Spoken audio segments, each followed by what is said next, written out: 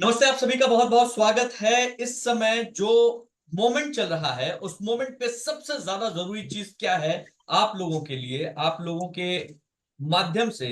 अगर आप किसी के साथ भी किसी के महफिल में हैं, चाहे वो घर पे हैं, चाहे वो किसी पार्टी में है, या फिर अपने स्कूल में है, कॉलेज में है, कहीं भी है, ऐसी क्या चीज है निधि जी, आपसे जानना चाहूंगा, जो इस समय सबसे ज्यादा जरूरी हो जाती है जब आप वहां पर खड़े होते हैं चार लोगों के बीच में? कम्युनिकेशन। कम्युनिकेशन, बातचीत। आपकी आप जो दे रहे हैं, जो आप बात करना चाह रहे हैं, जो आप बोलना चाह रहे हैं, सामने वाला वो सुन पा रहा है, सुनना चाह रहा है, ये बहुत जरूरी हो जाता है। तो आज अगले कुछ घंटे हम और आप और आपके साथ में जो लोग भी इस प्रोग्राम को देख रहे हैं, उनके लिए कुछ ऐसे नुआंसेस, कुछ ऐसी बातें, कुछ ऐसी चीजें जो अगर आपने इसको अपने साथ इनकॉर्पोरेट कर लिया, यकीन मानिए आपका कम्युनिकेशन लेवल अगर यहाँ पर है तो वो यहाँ होगा, ऑलरेडी यहाँ पर है तो वो यहाँ होगा, लेकिन करना आपको हमारे साथ पड़ेगा। ऐसा नहीं है कि आपने सुन लिया, आपने समझ लिया और चीजें खत्म हो गई। सुनने समझने के बाद उसको गुनना भी पड़ेगा, और तब जाकर आपकी बात, आपकी चीजें क्लियर हो पाएंगी। प्रोग्राम है रिक्लेम योर स्टेज। आप कहीं भी हैं, हर जगह एक स्टेज है। जिंदगी को ही एक रंगमंच मान लिया गया है, और अगर रंगमंच मान ही लिया गया है तो हम लोगों को कुछ ना कुछ प्ले करना है। अपनी आवाज को निकालने के लिए कुछ ना कुछ प्ले करना है। और वो जो प्ले है, वो जो चीज है, वो आपको बहुत ज्यादा एक्ट भी करना होता है, और बहुत ज्यादा कभी कभार नेचुरल भी रहना होता है। वो डिपेंड करता है कि आप कौन सी स्टेज को कॉन्कर करना चाहते हैं। सपोज आप अगर अपने माता पिता के साथ हैं, माता पिता के आसपास बैठे हुए हैं, तो मैं आपसे उम्मीद नहीं करूंगा कि आप वहां पे एक ऐसा स्टेज सजाइए जिसमें माँ बाप को ये समझाने की जरूरत पड़ रही है, आप उनको समझाना या दिखाना चाह रहे हैं कि भाई आप देखिए ये कितना बढ़िया है, मैं कितना अच्छा हूं, मैं कितने अच्छे तरीके से चीजें कर रहा हूं, आप इसको समझिए, इसको जानिए। नहीं, वहां पे वो स्टेज सजी हुई है आपके थिएटर के लिए। आप ऑफिस में पहुंचते हैं, वो स्टेज सजी हुई है एक फिल्म के लिए जिसके हीरो आप होंगे। तो शुरुआत करते हैं आज का, लेकिन उससे पहले आपको बता दें बेसिकली यहाँ पे जो कुछ होने जा रहा है उसका एक कंडक्ट है, उसका कोड ऑफ कंडक्ट है। और अगर उसमें से कोई भी चीज आपके पास हो रही है, नहीं मिल रही है, तो जल्दी से आपको बताते चलें, जिससे आप जो है इसको समझते चलिएगा कि if you are not able to get trainer's voice, मेरी आवाज नहीं मिल रही है, तो प्लीज अपना ऑडियो कनेक्शन चेक कर लीजिए। अगर मेंटेन कर सकते हैं रिस्पेक्ट तो ही रहिए, नहीं तो कोई बात नहीं है। कभी किसी के लिए बुरा मत बोलिए, और कोशिश कीजिए कि जो भी आने वाले 3-4 सेशंस आपको मिलने जा रहे हैं उसमें पूरा सेशन लेने के बाद आप कुछ भी जज कीजिए। बिना उसके जज करेंगे आप नुकसान में रहेंगे। तो इसके साथ में जितनी भी जो है आपके ऑडियो डिवाइसेस हैं, उसके कनेक्शंस, उसके जो है सिस्टम्स के कंट्रोल्स मेरे पास रहेंगे। किसके लिए है ये प्रोग्राम? ये प्रोग्राम हर उस स्टूडेंट के लिए है, स्पोर्ट्स पर्सन के लिए है, हाउस वाइफ के लिए है, जो अपने स्टेज को रॉक करना चाहते हैं। ये प्रोग्राम उनके लिए है जो अपनी ग्रोथ के लिए तैयार हैं। ये प्रोग्राम उनके लिए जो खुल के लर्न करना चाहते हैं। ये प्रोग्राम उनके लिए है जो अपनी जिंदगी में कोई भी चीज अचीव करना चाहते हैं। और ये प्रोग्राम उनके लिए भी है जो कॉर्पोरेट एम्प्लॉय हैं या फिर एंटरप्रेन्योर। सबसे ज्यादा जरूरत तब होती है जब आप सबसे ज्यादा प्रोफेशनल लोगों से घिरे होते हैं, और सबसे ज्यादा प्रोफेशनलिज्म इस समय कॉर्पोरेट में है। कॉर्पोरेट में आइए, एंटरप्रेन्योर्स बनना चाहते हैं, एंटरप्रेन्योर बनना चाहते हैं आप, लगातार कोशिश करते हैं ऐसे ऐसे लोगों से मिलने की जो कि सिर्फ और सिर्फ वो भाषा जानते हैं जिस भाषा को आप अपने प्रोग्रेस के लिए उपयोग में ला सकते हैं, लाते हैं। वहां इमोशंस थोड़े कम होते हैं, प्रोफेशनलिज्म ज्यादा होता है। अग्री करती हैं निधि जी? प्लीज थम थम रेज कीजिएगा। किसके लिए नहीं है? बिल्कुल। If you are searching for a quick pill, अगर आपको लगता है कि तुरंत कुछ जादू कर देगा, नहीं करेगा boss. If you are not committed to your growth, अगर आप अपनी ग्रोथ से बहुत ज्यादा जुड़े नहीं है, कोई बात नहीं, छोड़ दीजिए। If you are not open to learn, अगर आप सीखना नहीं चाहते हैं, तो फिर कोई मतलब ही नहीं बनता है यहाँ पे इतना समय वेस्ट करने का। देखिए सीधी सी बात है, अगर मैं आपसे पूछूं कि एक ग्लास है, उस ग्लास में पानी भरा हुआ है, तो आप, आधा भरा है, तो आप क्या, आपके नजरिए से वो ग्लास आधा भरा हुआ है? वो बिल्कुल। ग्लास आधा भरा हुआ है। कई बार कुछ लोगों के नजरिए से वो ग्लास आधा खाली है। तो जिन लोगों के लिए वो ग्लास आधा खाली है, वो लोग उस आधे भरे हुए ग्लास का महत्व या आधे भरे हुए ग्लास को मानेंगे ही नहीं। और जिन लोगों के लिए वो ग्लास आधा भरा हुआ है, उनके पास मौका है उस ग्लास को पूरा भरने का। लेकिन उसके लिए आपको संयम देना पड़ेगा, उसके लिए धैर्य रखना पड़ेगा, उसके लिए एक अनुशासन चाहिए, उसके लिए सामने वाले के प्रति एक कमिटमेंट चाहिए। वो कमिटमेंट अगर आपकी है तो आप इसको जीत सकते हैं, आप इसको पा सकते हैं। इसके अलावा क्या मिलेगा आपको? ऐसे लोग जो अपनी टाइम और एनर्जी वेस्ट न करें तो ज्यादा बेहतर है। एक लास्ट चीज कि आप अगर कोई एफर्ट नहीं करना चाहते, फुल रिजल्ट पाना चाहते हैं, यहाँ कुछ नहीं मिलने वाला मेरे दोस्त। तो प्लीज प्लीज प्लीज इस चीज का ध्यान रखिए। और ये वो छोटी छोटी चीजें हैं जो आपको लगातार इस पूरे सेशन के दौरान आपके साथ में जुड़ी रहेंगी, आपके साथ में, आपके आपके पास में आती रहेंगी। तो आज के एजेंडे में क्या क्या चीजें हम रखेंगे, इन चीजों पे हम लोग बात करेंगे। अगर इन चीजों पे बात करते समय थोड़ा समय ज्यादा हो जाता है तो हम कोशिश करेंगे कि इनको आगे भी हम जो है कवर अप करेंगे। लेकिन क्या क्या चीजें होंगी, कम्युनिकेशन के कितने टाइप्स होते हैं, इस पे बातचीत करेंगे हम लोग। Understand the power of communication, communication की ताकत क्या होती है, इस पे बात करेंगे। आपसे हमारी बात होगी quality of world class speaker की। एक स्पीकर जो वर्ल्ड क्लास है उसकी क्या क्या क्वालिटीज हो सकती हैं, उस पर बात करेंगे। आपसे बात करेंगे आपके अपने पैशन को पाने की। आपसे बात करेंगे इस समय जो, गिव मी अ सेकंड, आपसे बात करेंगे ऑडियंस और जो स्टोरी टेलिंग होती है वो आप कैसे कैसे कर सकते हैं, कितने अच्छे से कर सकते हैं। और लास्ट में आपको 5 गोल्डन रूल्स भी बताएंगे जो आप किसी भी कम्युनिकेशन के दौरान अपने उपयोग में ला सकते हैं। Am I clear? सब ठीक है अभी तक? या बिल्कुल। तो चलिए शुरुआत करते हैं पावर ऑफ कम्युनिकेशन से। पावर ऑफ कम्युनिकेशन क्या है? सबसे पहली बात, इस दुनिया में सिर्फ 3 तरीके से आप कम्युनिकेशन करते हैं, पूरी दुनिया में। चौथा कोई तरीका नहीं है, सिर्फ 3 तरीके से, 3 ही तरीके से आप अपने आप को किसी के सामने एक्सप्रेस करते हैं। और किसके किसके सामने एक्सप्रेस करते हैं वो मैं आपको बताने जा रहा हूं। सबसे पहला जो कम्युनिकेशन होता है वो कम्युनिकेशन विद द वर्ल्ड होता है, दुनिया के साथ कम्युनिकेशन। इस पूरी दुनिया में आप यकीन मानिए, आप जो भी काम कर रहे हैं, चाहे जहां भी कर रहे हैं, चाहे जैसे भी कर रहे हैं, उस काम में सबसे ज्यादा आप दूसरों के साथ बातचीत का काम करते हैं। चाहे वो किसी भी रूप में देख लीजिए, किसी भी तरीके से देख लीजिए, आपके जीवन में हर एक चीज दूसरे के साथ में जुड़ी हुई है। अगर आप सेल्समैन हैं, अगर आप डॉक्टर हैं, अगर आप इंजीनियर हैं, अगर आप कोई भी काम करेंगे, आपको लोगों से, लोगों के साथ कम्युनिकेट करना ही करना है। अब उस कम्युनिकेशन को किस तरीके से आप इंपैक्टफुल बना दें, किस तरीके से आप उसमें जादू क्रिएट कर दें, इसी को कहते हैं अपनी स्टेज को रिक्लेम करना। क्या तरीका हो सकता है? उस तरीके को जानने के लिए आपको ये जानना होगा कि जब भी आप दुनिया से कम्युनिकेट करते हैं तो उसके सिर्फ दुनिया से कम्युनिकेट करने के 3 तरीके होते हैं। एक, सबसे पहला, बॉडी लैंग्वेज।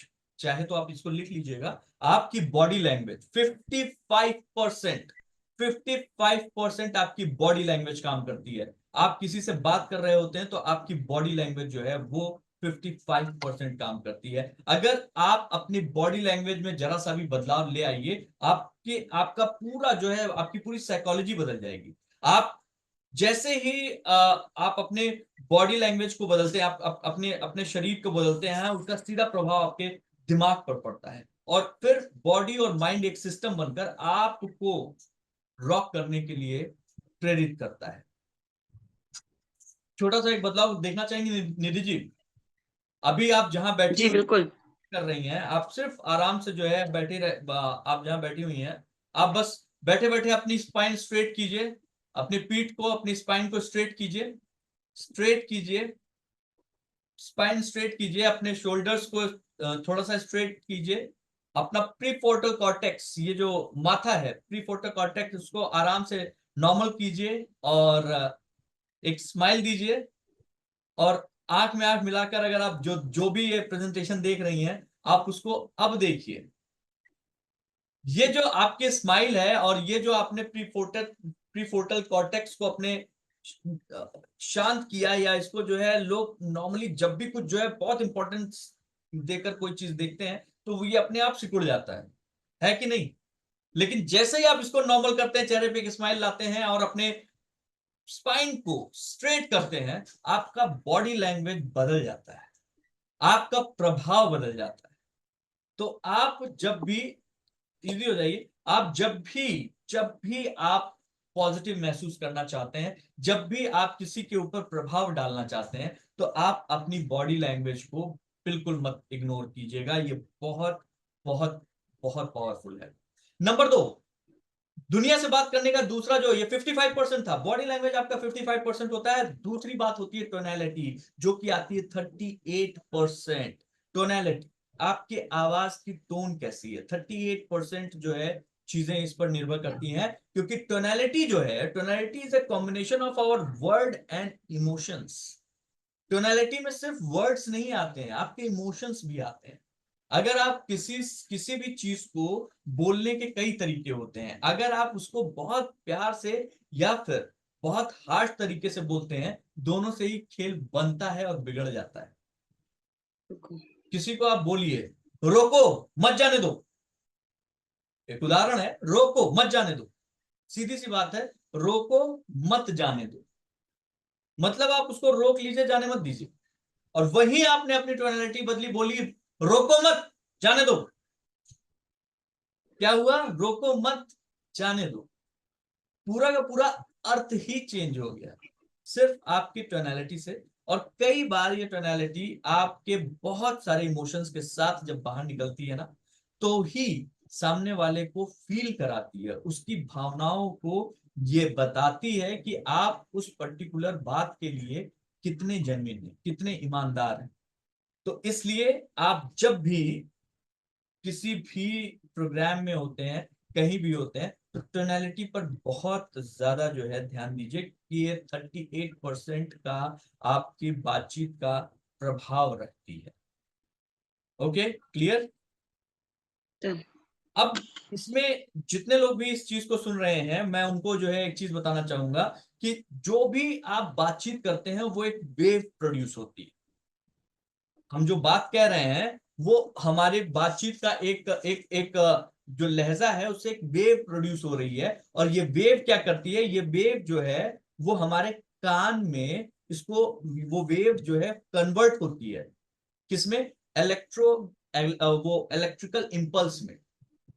वेव प्रोड्यूस हुई, इलेक्ट्रिकल इंपल्स में कन्वर्ट हुई, और इलेक्ट्रिकल इंपल्स चूंकि हमारा कान समझता नहीं है, तो इसलिए उसको the language of our brain, जो हमारे ब्रेन का लैंग्वेज है, वो इलेक्ट्रिकल इंपल्स और हार्मोन दोनों को मिलाकर प्रोड्यूस करता है। और जैसे ही इलेक्ट्रिकल इंपल्स में बदलने के बाद वो वापस हमारे कान को जो समझ में आता है, वो हमारे पास भेजता है, तो वो चीज ऑडिटरी कॉर्टेक्स में पहुंचती है, और फिर वहां से वो ब्रेन में जाती है, और ब्रेन उसका एक मीनिंग निकालता है।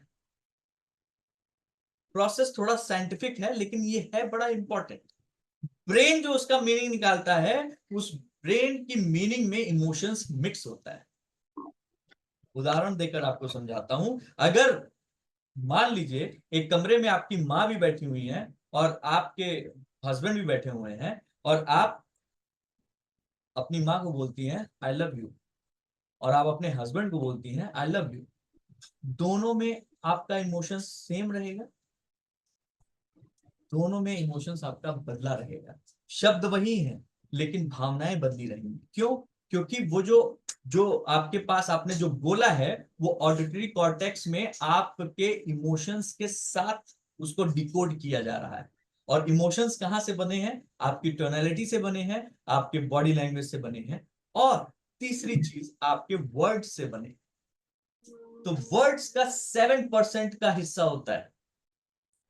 आप जब भी कम्युनिकेट करती हैं दुनिया से, तो उसमें पहला बॉडी लैंग्वेज 55%, दूसरा आपकी टोनैलिटी 38%, और तीसरा आपके शब्द, वर्ड्स 7%, 7% ओनली। मतलब आप कभी भी शब्दों पर बहुत ज्यादा फोकस नहीं करिए, मतलब 7% का ही मामला है।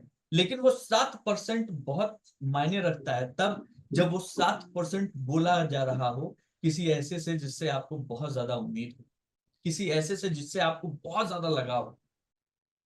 कोई पिता कभी अपने बच्चे को जो है बहुत ज्यादा भरोसा ना देता हो, बहुत ज्यादा प्रेम ना देता हो, बहुत ज्यादा एडमायर ना करता हो, अचानक वो किसी दिन उनके उसके कंधे पे, उसके पीठ पे हाथ रखकर बोले, बेटा कोई बात नहीं, तेरा 70% आया है, कोई बात नहीं, मैं तेरे साथ हूँ, जीवन भर तेरे साथ रहूंगा, और मैं तुझसे कभी बोला नहीं, लेकिन मैं तुझसे बहुत प्यार करता हूँ, परेशान मत होना।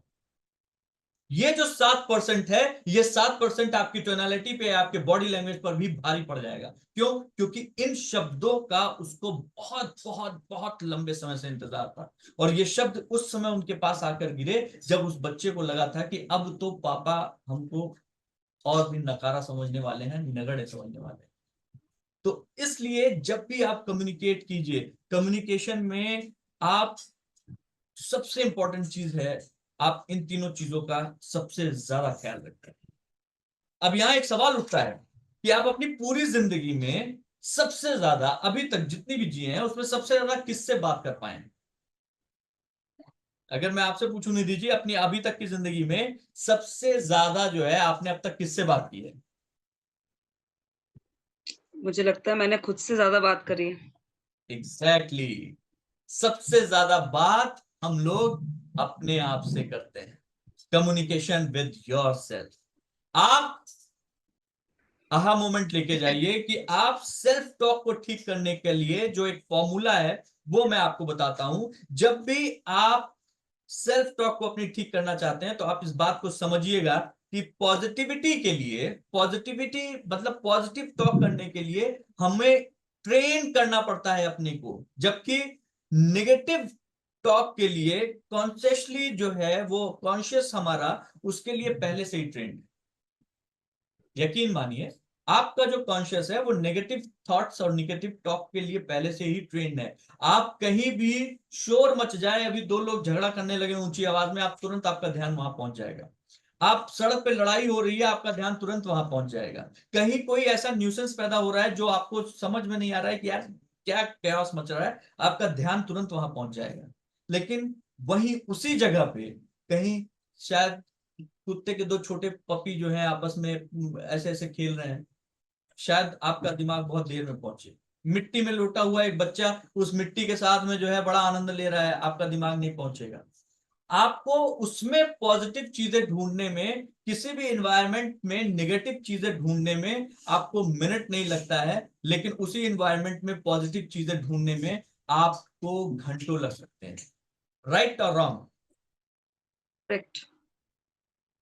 तो हमें सबसे ज्यादा, जब हमको अपने आप से ही बात करनी थी, सबसे ज्यादा अपने आप को ही बात किया है, तो भाई डिफॉल्ट जब हमारा निगेटिव है तो उसको पॉजिटिव बनाना बहुत जरूरी है कि नहीं है?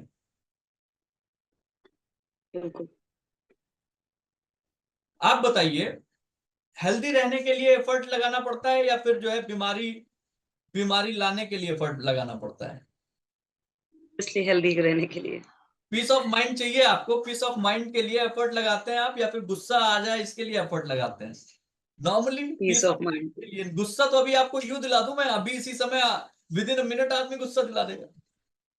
मतलब आप एक्टिव रहना चाहते हैं तो आपको मेहनत करनी पड़ेगी, लेकिन अगर आप जो है खुद को समेटना चाहते हैं, आलस में पड़े रहना चाहते हैं, कोई मेहनत नहीं करनी पड़ेगी। घर के सामान है, अगर उस सामान को आपको फैलाना है, आप यूं दीजिए, आपका बच्चा करके दिखा देगा, लेकिन उसको समेटने में मेहनत लगती है।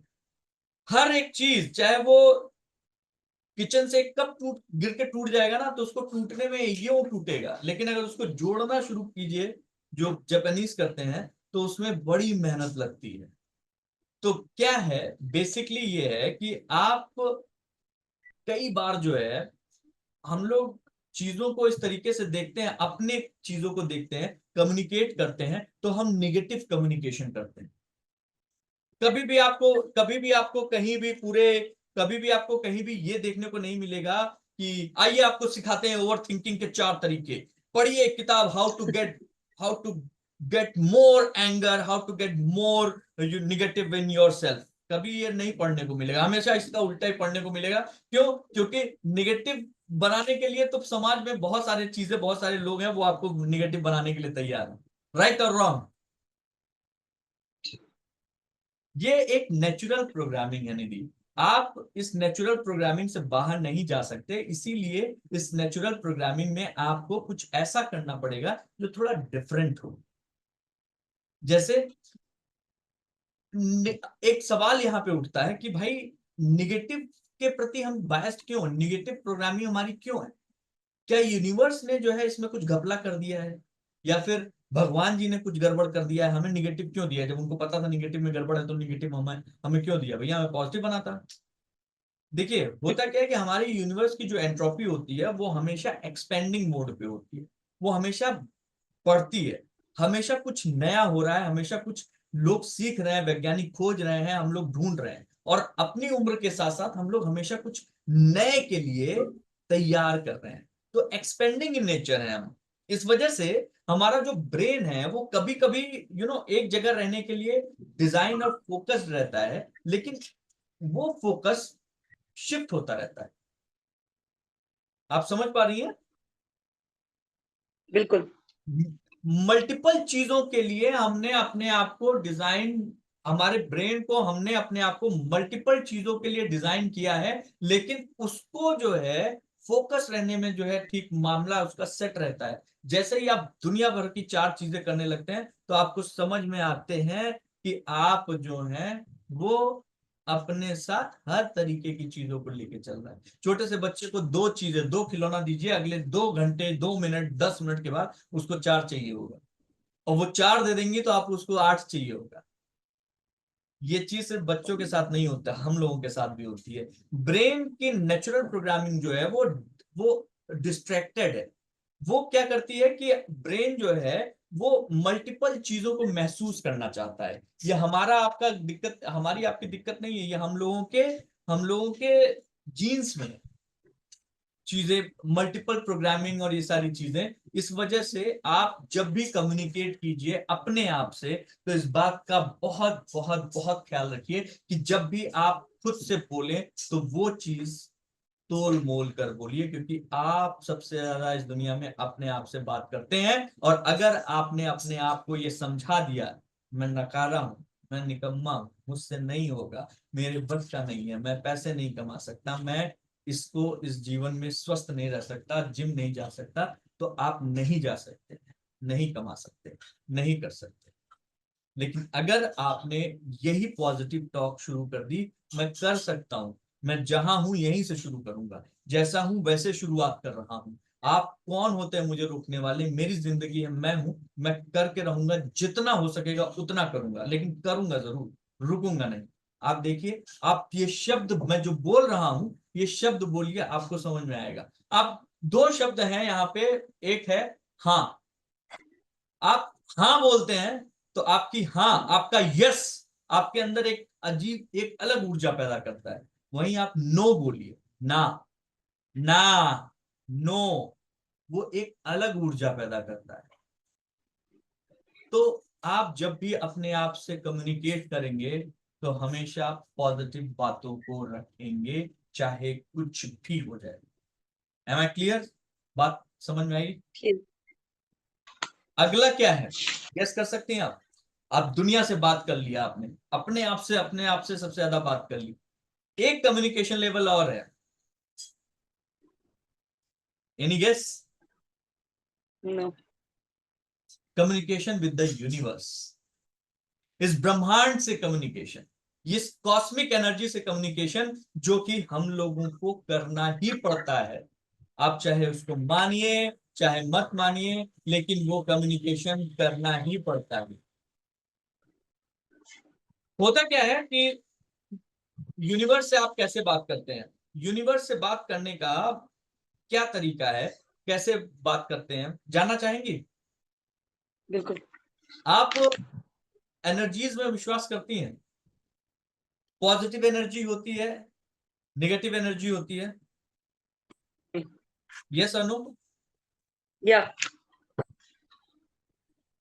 इस दुनिया में हर चीज एनर्जी से बनी हुई है। अब वो एनर्जी आप न तो उसे खत्म कर सकती हैं, न उसे बना सकती हैं, न उसे डिस्ट्रॉय कर सकती हैं, क्योंकि एनर्जी जो है वो इलेक्ट्रॉन, न्यूट्रॉन, प्रोटॉन, इसी सारी चीजों से बनी हुई है, साइंटिफिक प्रूव्ड है। अब ऐसे में एक सवाल उठता है जहां एनर्जी है, जहां इलेक्ट्रॉन, न्यूट्रॉन, प्रोटॉन है, वहां पे निश्चित रूप से वाइब्रेशन होगा, बिल्कुल। कंपन होगा। वाइब्रेशन मतलब कंपन। जहां वाइब्रेशन होगा वहां पे फ्रिक्शन होगा, और जहां फ्रिक्शन होगा वहां फ्रीक्वेंसी होगी। जहां फ्रिक्शन होगा वहां फ्रीक्वेंसी होगी, और जहां फ्रीक्वेंसी है वहां कम्युनिकेशन। क्लियर? समझ में आया आपको? हम्म, सारा खेल एक दूसरे से जुड़ा हुआ है। ये एनर्जी है, एनर्जी से वाइब्रेशन है, वाइब्रेशन से फ्रिक्शन है, फ्रिक्शन से फ्रीक्वेंसी है, फ्रीक्वेंसी से आप कम्युनिकेशन। कम्युनिकेशन। अब एक डेविड हॉकिंस नाम के व्यक्ति हुए हैं जिन्होंने कम्युनिकेशन के लिए एक कॉन्शियस स्पेक्ट्रम चार्ट बनाया था। कॉन्शियस स्पेक्ट्रम चार्ट जो है वो फ्रीक्वेंसी के लेवल को तय करता है। मैं आपको वो चार्ट दिखाना चाहूंगा। इसमें मेरे प्रेजेंटेशन में तो नहीं है, लेकिन फिर भी मैं आपको जो है वो चार्ट दिखाना चाहूंगा। लेकिन उस चार्ट को दिखाने से पहले मैं आपसे एक चीज पूछना चाहूंगा कि उनका कहना है कि अगर आप फ्रीक्वेंसी बदलते हैं तो आपकी लाइफ बदल जाती है। आप इस चीज को समझिएगा थोड़ा। जैसे आप एक फरारी ले ली मैंने, और फरारी को मैंने, आप भोपाल की सबसे शानदार फरारी मेरे पास है, लेकिन मैं उसको भोपाल की सबसे उबड़ खाबड़ वाली गली में 320 किलोमीटर प्रति घंटे की रफ्तार से उड़ाना चाहता हूं, क्या उड़ा पाऊंगा? नहीं संभव उड़ा। नहीं। तो आपने फरारी तो ले ली है, भगवान ने फरारी दे रखी है, लेकिन आपने उसको ऐसी गली में जो है आपने उसको डाल रखा है जहां इतने गड्ढे, इतने ऊपर खाबड़ हैं कि वो फरारी निकल ही नहीं पा रही। इसलिए क्योंकि आपकी फ्रीक्वेंसी लेवल गड़बड़ है, और आपकी फरारी उस फ्रीक्वेंसी लेवल पे आ ही नहीं पा रही है। जब वो जुक करके निकल जाए, आपको वो सब कुछ दे जाए जो आपको चाहिए, क्या करना है मैं आपको उसको एक बार कोशिश करता हूं। अगर मुझे जो है वो मिल जाए, चार्ट मिल जाए, तो मैं आपको दिखाना चाहूंगा। हम्म,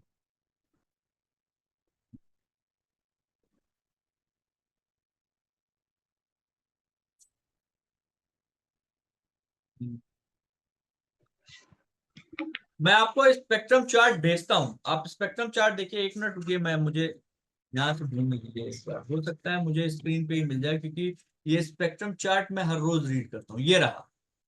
क्या आपको मेरा स्क्रीन दिख रहा है? हाँ, स्क्रीन दिख रहा ये देख रही हैं आप? है। ये चार्ट नहीं है, अभी चार्ट नहीं दिख ये दिखा क्या? रहा। आपको मेरी स्क्रीन पे कुछ दिख रहा है? अभी स्लाइड दिख रही है आपकी। एक मिनट, ये दिखा? हाँ जी, ठीक है। ये जो है, ये डॉक्टर डेविड हॉकिंस हुए हैं, एक रिसर्चर हुए हैं, एक साइंटिस्ट हुए हैं। उन्होंने यही कॉन्शियस स्पेक्ट्रम चार्ट बनाया है। और इस चार्ट में ये दर्शाया जा रहा है, बताया जा रहा है कि जैसे जैसे आप एक्सपेंडिंग नेचर में जाते हैं, एक्सपेंड करते हैं अपने आप को, वैसे वैसे आपकी फ्रीक्वेंसी बढ़ती जाती है। जो हमारे ऋषि मुनि होते हैं, जो बड़े, जो एनलाइटेंड पीपल होते हैं, वो 700 प्लस की फ्रीक्वेंसी पे काम करते हैं। हम लोग जो फ्रीक्वेंसी पे काम करते हैं वो 20, 30, 50, 100 मैक्सिमम। अगर आपकी फ्रीक्वेंसी जो अक्सर दिन में जाती है वो एंगर तक जाती है, प्राइड तक जाती है, जो 150, 175 तक पहुंचती है। लेकिन वो उसका मोमेंट बहुत छोटा होता है। आपको अपनी अपनी फ्रीक्वेंसी में, अपने चार्ट में एटलीस्ट लव, जॉय, पीस तक पहुंचना है, तो आपको 500 की फ्रीक्वेंसी पे अपने आप को मेंटेन करना पड़ेगा।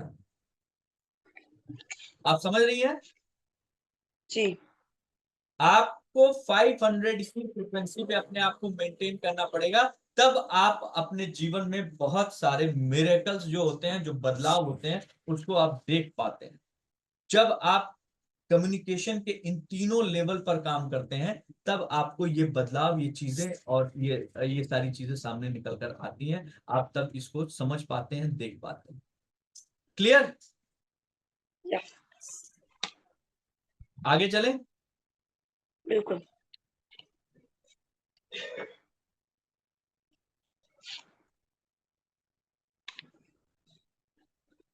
अच्छा, मैं इसके अलावा यहाँ पे दो चीजें ऐसी हैं जो कि बहुत अच्छी हैं, बहुत इंपॉर्टेंट हैं, खासतौर पे वर्ल्ड क्लास स्पीकर के जो 10 बहुत ही इंपॉर्टेंट रूल्स हैं उसके बारे में भी आपको बताऊंगा। लेकिन उससे पहले, चूंकि हमारे ये जो हमारा सेशन है ये 8 मिनट में ये खत्म होने जा रहा है, तो हम लोग इसको दोबारा से हम लोग इसको इस पे जुड़ने की बात करेंगे, जुड़ेंगे। लेकिन इस 8 मिनटों में मैं आपको वो 5 गोल्डन रूल्स देना चाहता हूं जो हम लोग अक्सर कम्युनिकेशन के दौरान यूज करते हैं, लेकिन गलत तरीके से यूज करते हैं।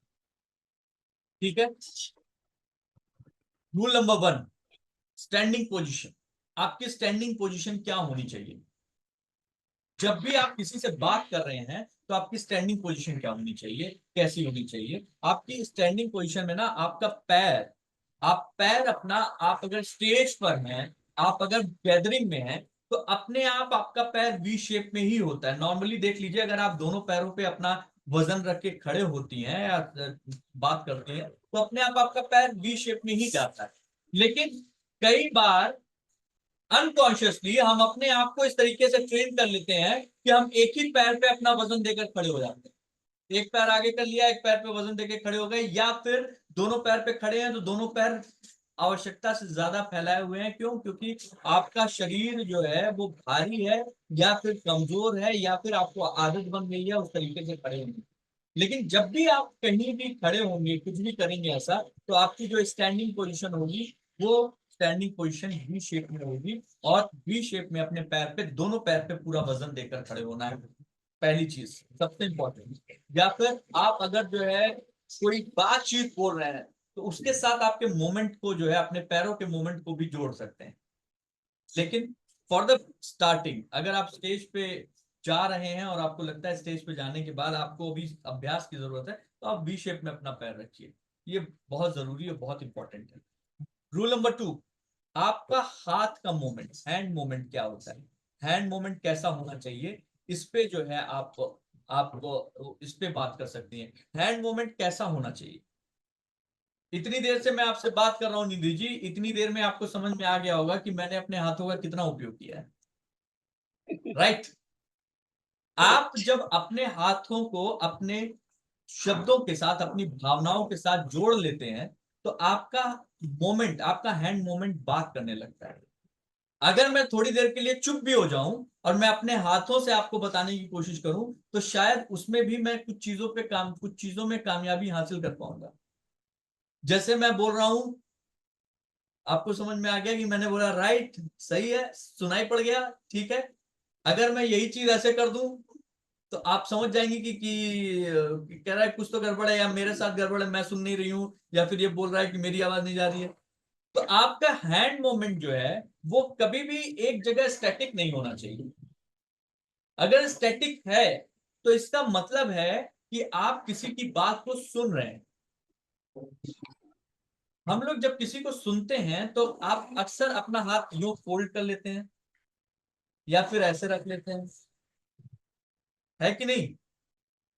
जी। या फिर ऐसे कर लेते हैं, बंद कर लेते हैं। इसके भी अपने मायने हैं। आप जब हैंड फोल्ड करके खड़े होते हैं, तो आपका एक जेस्चर जाता है कि मैं सुन तो रही हूं, लेकिन करूंगी नहीं बेटा, करूंगी अपने मन की, तुम देख लेना चाहे जो। मतलब इस तरीके का जेस्चर जाता है कि अरे सुनाओ, तुम सुनाओ, हमको सुना रहे हो, सुनाओ। आप जब ऐसे बैठ के सुन रहे होते हैं तो ऐसा लगता है कि आप मेस्मराइज हो गए, आपको आनंद आ रहा है, आप भूल गए हैं, मैंने मतलब आप भूल गए, आपने जो है वो चीज कर ली जो चीज नॉर्मली एक्सेप्ट नहीं करते थे। आप जब ऐसे बंद करके सुन रहे होते हैं, तो क्रॉस फिंगर करके सुन रहे होते हैं, तो लगता है आप स्टेज पर जो व्यक्ति है उसको बहुत इंपॉर्टेंस दे रहे हैं। वहीं अगर आप बोल रहे हैं, आपने अपने हाथों के जेस्चर को यूज कर लिया है, तो आप यकीन मानिए आपके हाथों ने कमाल कर दिया है। आपकी चीजें, आपके पास आसपास जो लोग आ रहे हैं वो आपके साथ में बोल रहे हैं। तीसरा रूल, ये ये फोटो क्या बता रही है निधि जी, बताइएगा। ये किस चीज के बारे में बात कर रही होगी photo?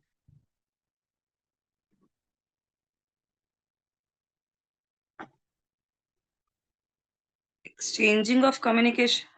Exchange of communication with what? इस लड़की स्माइल, की लैंग्वेज में सबसे अच्छी बात क्या है जो सामने वाले को प्रभावित करे? Smile, first thing. Second, attire, eyes.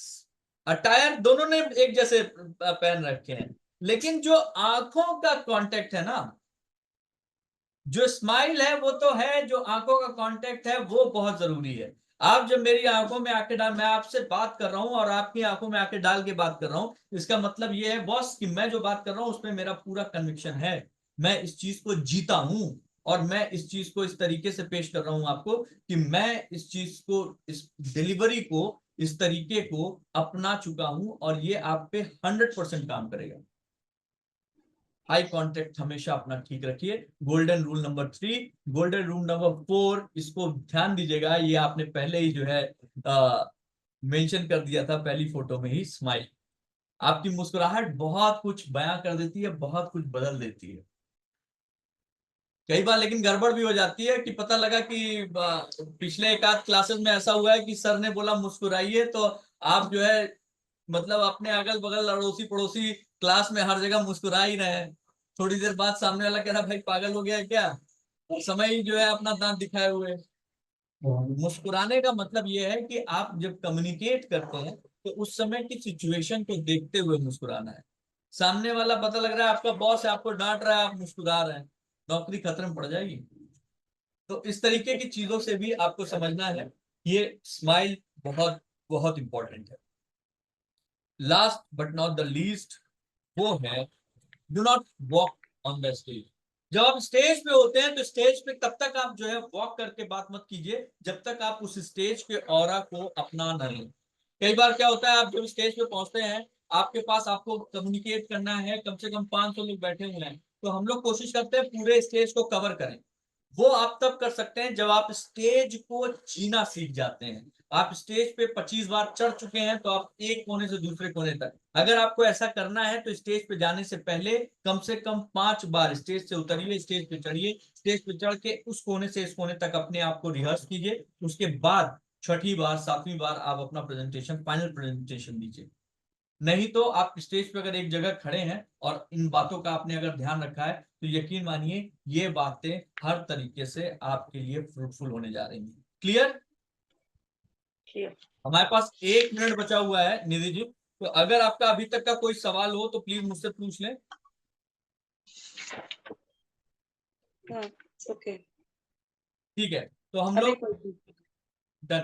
हम लोग इसके बाद एक नेक्स्ट क्लास में मिलते हैं, और उस क्लास में हम लोग कुछ कुछ चीजें और करेंगे। अभी एक होमवर्क है आपके लिए, वो इम्पोर्टेंट है, आप उसको प्लीज करके देंगी। आपको एक वीडियो बनाना है जिसमें आपको हमारे इन 5 गोल्डन रूल्स को ध्यान में रखते हुए अपने आप को अपना इंट्रोडक्शन देना है।